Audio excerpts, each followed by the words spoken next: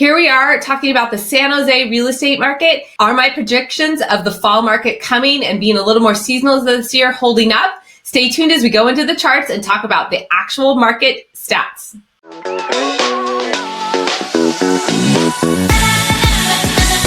Hi, I'm Theresa Wellman with HomeownerExperience.com, your local San Jose, California realtor. Today we're talking about the San Jose Silicon Valley market. We're going to start looking at the Santa Clara County stats, and then we're going to narrow it down to San Jose specifics, including the condo market, which is a whole separate topic.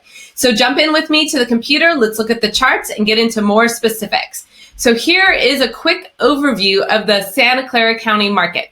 I like to start with this chart because it gives us a huge history. I've got this data since 2000 and gives you a sense of where the market is today versus where it's been, and maybe what 2008 looked like and some different things that maybe you've heard people talk about. So local Silicon Valley market continues to be really strong.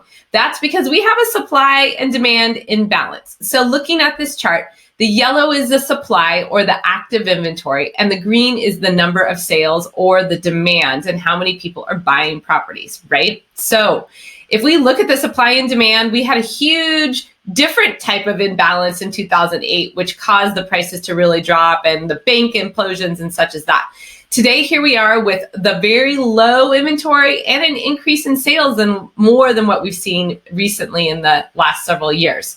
So supply is extremely low, not only for history, but for the summer, because typically you will see the summer has a peak, and we just really have not seen that this year. Demand extremely high. If we look at the number of sales in 2021 from January through July, we've had 6,601 single family home sales. Of course, there's more happening in the condo and townhome market as well. But if we compare again those single family numbers to the same time frame in 2020, we were at 4,329. So as you can see, significantly more sales happening this year. But 2020 was a weird year, I'll give you that. The pandemic kind of slowed things down. So let's compare it to 2019. There was 4,884 sales in the same amount of time. So as you can see, 2020 was just a little bit slower. 2019 versus 2021, there's still a huge difference. So this demand has just been really strong. I know the news says everyone's leaving California, and yes, there are people doing that, but there are more people buying real estate in California than there has been in recent years. But the question is the market shifting? I see a little dip in prices here. I see inventory going up. I see sales going down. So let's talk about specifics for the San Jose market. Okay, in the field, I'm feeling multiple offers still on single families. We're seeing that a lot. Most homes are selling about 10% over, and buyers are feeling this low inventory because there's just not a lot of choices, and again, tons of competition. So if you look at this line, that's data is showing this exact thing. We've actually had a decent increase in inventory in the last month in San Jose overall, but not in all neighborhoods. But the sales are starting to drop. The pending sales have dropped 2 months in a row.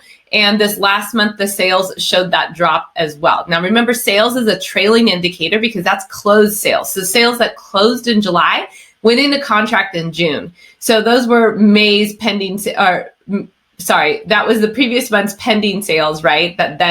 So if we continue to see a drop, I would expect less sales to close in August, which again, very typical, very traditional. This inventory though, that is not really very traditional. And so I do expect that supply to continue to increase as people recognize these amazing prices and, feel a little bit more comfortable moving and getting into a different property.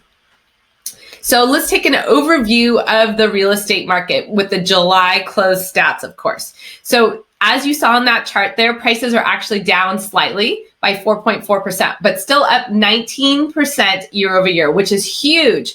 I did a video several months ago about the predictions for this area and San Jose being one of the top housing markets in the country. And they predicted 10% appreciation. So we're at 19. Maybe we're going to see some settling out in the fall of the prices that will balance it. Or maybe they were just a little conservative on their estimate and we're actually going to see more appreciation than we really thought. The number of sales is down 8.2% from the month before, but still up from 2020. So it's still a seller's market. Obviously, we've got a very low supply and a high demand. That makes it a seller's market. The number indicator is this 19 days of inventory, meaning everything on the market will sell in 19 days at the current rate of sales. So that's still a very strong, pretty happy seller's market, but a little bit looser than it was the last several months. And again, pending sales are down. Inventory is up quite significantly, 36%. The sales price to list price ratio is still holding at 10%, but remember, that's a trailing indicator of closed sales. And the inventory is starting to meet that demand a little bit. We have 64% of homes in contract, which is still a strong number, but it's compared to 72% last month. So as again, you can see that it's softened a little bit. So I think we're going to continue to see this trend as we go into fall, as seasonal softening, which is very typical. Okay, so here is the chart for San Jose since 2012. Again, I'm highlighting the last 3 months of the last several years. So that would be May, June, and July, which is typically our busy summer peak months. As you can see, in many cases in 2017, inventory dropped, which made prices go up. In 2018, it was a little bit more of a cyclical year with a late inventory spike. And then 2019 was very much like what we would call a traditional year if you look back to the previous years, with a peak in the middle of the summer there in July, a peak of sales and a peak of inventory. 2020 was a strange year, pretty flat inventory, but a more traditional sales cycle minus 1 month there when the pandemic kind of hit and people got froze everything for a while. This year, we're starting to see that same curve with a peak likely. This here shows June in sales, but inventory is still really low and potentially peaking.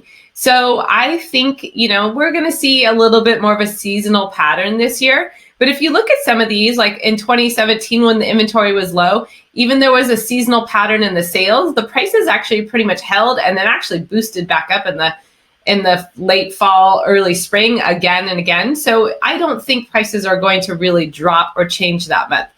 But the median price in San Jose is $1.486 million. So pretty strong numbers. And that's where you're seeing that appreciation that we talked about in the last slide. Oops, sorry, I need to go back. I skipped a slide. The interest rates. Interest rates, they've talked about, are going to be settling. But you know what? Increasing, but I've seen them settling and continuing to improve. There was a little bit of peak there in the early spring, but we've seen kind of holding and now down again. So there still is a prediction it'll be about 3.5% at the end of the year, but we haven't seen it yet. So that's continuing to fuel buyers to get into the market. Here's the stock market in S&P 500 versus the Santa Clara County average home prices, which you saw the very first slide have dipped, and the stock market continues to increase. So again, reason why I think the prices are going to settle out. Maybe we'll see a little seasonal dip, but they're going to hold and maintain because that stock market's still appreciating. Unemployment still holding and good. It could be better, but it's not bad after what we had from the pandemic. And condos. Let's get into the condo market to give you an idea. If you're a first-time home buyer, you're probably buying a condo or a townhome just because of the prices. As you can see here, the average price for condos and townhomes is $971,000, and that has seen a really nice increase this year. And it's a little bit slower, a little bit easier to get into that market because there is a 25-day supply, and inventory has increased, sales are decreasing, so it's getting a little bit easier, a little bit softer. Just still a strong market, just not quite as intense as the single family market. So thank you so much for joining me. If you want to learn how to win a bidding war, if you're bidding in that single family market, check out my video on that. Or if you're wondering about the market and is it going to crash, if you've got a little PTSD from previous years, definitely check out my more in-depth research about that, which discusses how I think the market's doing and what the outlook is forward. Thank you.